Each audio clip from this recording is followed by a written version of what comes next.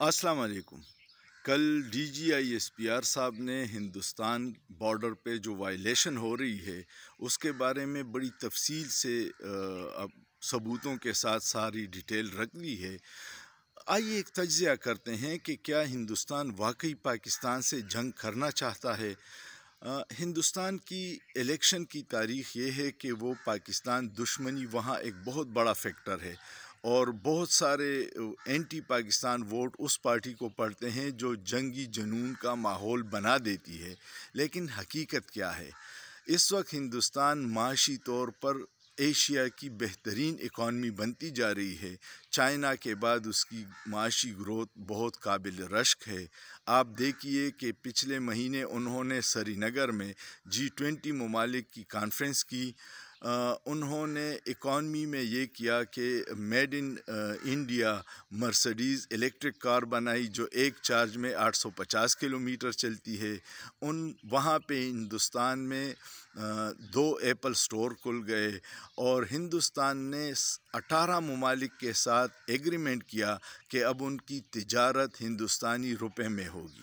جبکہ دوسری طرف آپ دیکھیے کہ پاکستان میں اکانومی تباہ ہے، لوگ مہنگائی میں پستے جا رہے ہیں۔ ٹیکسٹائل سیکٹر مکمل بند ہونے سے 70 لاکھ لوگ بے روزگار ہو گئے۔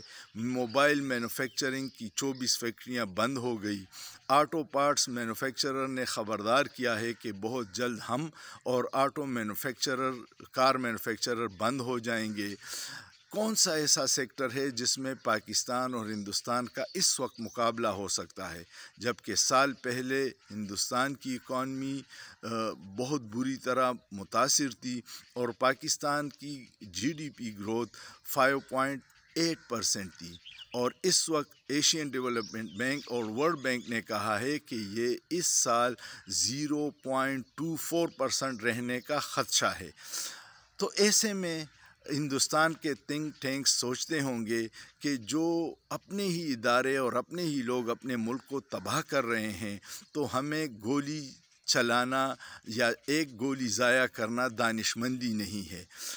صرف ہندوستان میں الیکشن کے لیے تو بارڈر پہ کوئی ڈرامہ ہو سکتا ہے، حقیقت میں وہ لوگ یہ کبھی نہیں چاہیں گے کہ جو لوگ خود اپنے ملک کو تباہ کر رہے ہیں ان پہ ہم ایک گولی کیوں ضائع کریں۔ تو آپ بتائیے، کیا یہ صحیح بات نہیں ہے؟ سوچئے، سوچنا جرم نہیں ہے۔